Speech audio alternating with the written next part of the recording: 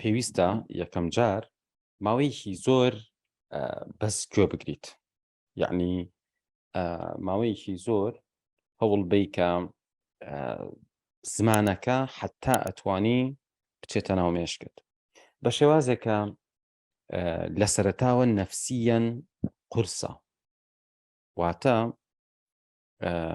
نەفسیەن زۆر قورسە کە تۆ گوێ ئەگری جاری وایە فێر نابی، جاری وا هەیە مەسەلەن هەستەکەی هەر زۆر قورسە ناڕەحەتەبی بەدەستیەوە، جاری وا هەیە لە ئاستێکا تۆ هەر گوێ ئەگریتی ئەگەی یەک تۆزێشتە ئاستەکەی سەرەوە هیچ تێناگەی. ڕاستیەکەی زمان فێربوون شەڕی دایانە دەرونیەکەی خۆتە، ئەوە قەناعەتی تەواوی منە. زمان فێربوون شەڕێکە تۆ لەگەڵ دەرونی خۆتایەکەی، چونکە ئەبێ بەردەوام بیت و ئەبێ تەحملی ئەوەش بکەیت. جا تەحملکردنی ئەو بەردەوام بوون بەڕاستی نەفسیان زۆر قورس. من دوێنێ زۆر پێرە زۆر هەوڵمە 2 نامیلکەم بە ئەڵمانی تەواو کرد. بەڕاستی ئەگەر کاتی کەمی شەیخایان دەبێ نەفسیان بەردەوام بوون لەسەر ئەم ڕیتمە قورسە. یا مەسەلەن جاری وا هەیە تۆ سعیەکی جددیەکی کتێبێک دانی ئەڵێ منم کتێبە تەواوەکەم، کەچی سێرەکی تۆزێکە خوێندۆ ماوەیەکی زۆرە کتێبە هەر لەوێیە. کەواتە فێربوونی زمان تۆ ئەبێ بەسەر ئەم حاڵەتە نەفسیانە تا زاڵبی ماوەیەکی زۆر بخوێنیتەوە ببیستی. ئەوەندە بخوێنیتەوە ببیستی کاتێک کە ئەچی ئەتەوێ خۆ فێری قسە بکەی ئەم قسەیە و دەیان جار بیستە بێ. کاتێککە ئەتێ خۆ فێری یاسایە بکەی پێت ئەڵێ ئەمە پرزنت پێرفێکت کۆنتینیوەزە کە نمونەیەکی پیا یەکسە بڵێ ئەمە دەیان جار ئەم نمونەیەم بینیوە. جا ڕاستیەکەی تکایە بەسەر ئەم حاڵەتە نەفسی خۆتە زاڵ ببە و بەردەوام بە.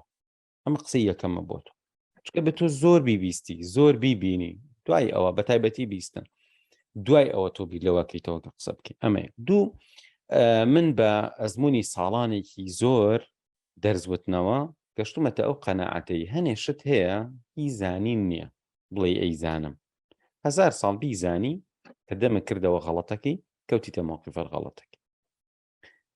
زانین نییە. ئەی چی؟ توانین. جیاوازی توانین و زانین چییە؟ تۆ ئەزانی کە ئەگەر بڵێ ئێمە ئەزانی بڵێ وی، ئەگەر بڵێ ئێمە بەڵام ئەگەر مەفعول بوو، بۆ نمونە بڵێ فڵان کەس هات بۆ لای ئێمە، فڵان کەس شتێکی نارد بۆ ئێمە، باشە؟ ئەو کاتە ئەبێ بڵێ ئاس. باش، ئەوەشە زانی کە ئەگەر بڵێ کتێبەکەی ئێمە، خانوەکانی ئێمە، قەڵەمەکەی ئێمە، ئەڵێ چی؟ بۆ نمونە ئەڵێ our houses. our واتە ئەوانەی ئێمە، هی ئێمە. تۆ ئەمە ئەزانی، واتە ئەزانی وی ئەس لەگەڵ our، تۆ ئەمانە ئەزانی. بەڵام لە کاتی قسەکردنە گیرە خۆی ئەسێ بۆ نایێت. بەڵام لە کاتی قسەکردنە ئەڵێ our بە ئاسانی نایڵێت. یا بۆ نمونە بۆ هیوشی، من خەڵکە ناسم ماستەرەکەی لە بەریتانیا تەواو کردووە، باوەڕکەن زۆر بە ئاسادەیی هیوشی لێ تێگەچوو. بۆ یەخۆ ئەزانێشی بۆ کچە بێ و هی بۆ کوڕابێ. دواییش خۆ ئەزانێ بۆ کوڕاکە ئەگەر مەفعول بێ ئەڵێ هیم، بۆ کچەکە ئەگەر مەفعول بێ ئەڵێ هێر. خۆ ئەرزانێ بۆ خاوەنداریەتی، بۆ کوڕەکە ئەڵێ هێز، بۆ کچەکە ئەڵێ هێر. ئەمە ئیزانێت. واتە تۆ یەک جەدوەلە لە بەردەستایە و لەبەرت بە سەعاتێک لە بەریەکەی ئەگەر حەد لە عمرتان نەبێت. جا کاتێککە تۆ ئەمە ئەزانیت، کاتێککە تۆ ئەمە ئەزانی، ئەی بۆ لە قسەکردنا لێت تێگەچێ. من مامۆستایەکی بەڕێز هەیە، زوو کاتی تەلەبە بووم، هەموو جارێ بۆ ئیمتیحانی ئینگلیزیە چوون بۆ لای ئەو سەعیبەیەکردن. ئەم مامۆستایە دوایی بوو بە متەرجم، ماوەیە متەرجم بوو لە ڕێکخراوێک. اینجا ئەیوت چی؟ ئەیوت تێبینیم کردووە کوردی خۆمانیە، جاری وا هەیە ئینگلیزیەکەی باشە، پێی ناخۆشم متەرجمی بۆ بکەم، خۆی قسەکە. ئەڵێ کە قسە ئەکا سێرەکەم چی لێ تێگەچێ؟